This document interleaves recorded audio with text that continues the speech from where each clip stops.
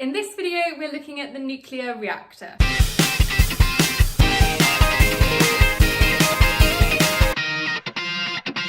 Okay, so in our previous videos about nuclear fission, the reaction, we saw that the thing that we really need,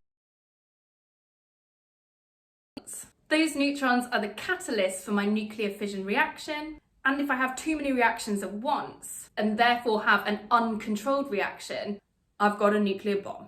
So how do we keep neutrons fueling this reaction at the right balance inside our reactor? Okay, so here's a diagram of what the inside of your nuclear fission reactor looks like. And the three key bits we're going to focus on at the minute are the fuel, the moderator, and the control rods. The fuel rods contain all of my uranium-235 ready to undergo fission and release energy. And in order to kick this reaction off, I need my uranium-235 to absorb neutrons. And they can't just be any old neutrons. They have to be slow moving enough so that the uranium-235 absorbs them readily. So I need something in my reactor to slow these neutrons down.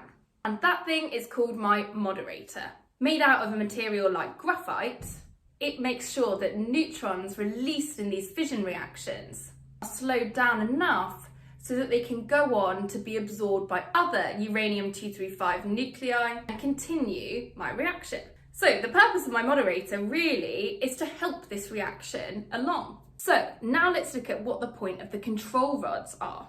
Remember when we said that if you leave this reaction uncontrolled, you release so much energy in such a short amount of time that you've got yourself a nuclear bomb. So we really need a way to control this reaction, hence the control rods. Since this reaction really relies on neutrons, the perfect way of controlling the reaction is to control the number of neutrons that are available to be absorbed by my uranium-235. My control rods are made of boron, and what boron does is it has the ability to absorb neutrons.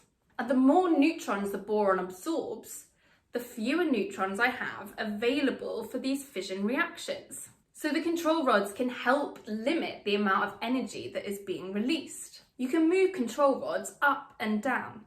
If you move the control rods fully down, they will absorb loads of the neutrons and shut down your fission reaction, which can be really helpful in the case of an emergency. If you want to speed the reaction up, you can raise the control rods, fewer neutrons are being absorbed, so more are available for my fission reactions. One extra feature to mention is the concrete shielding around my reactor core.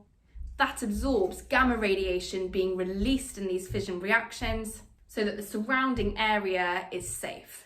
Okay, so how do we use this energy from our fission reactor to generate electricity? Well, the energy released by the reaction is transferred to the thermal energy store of our coolant.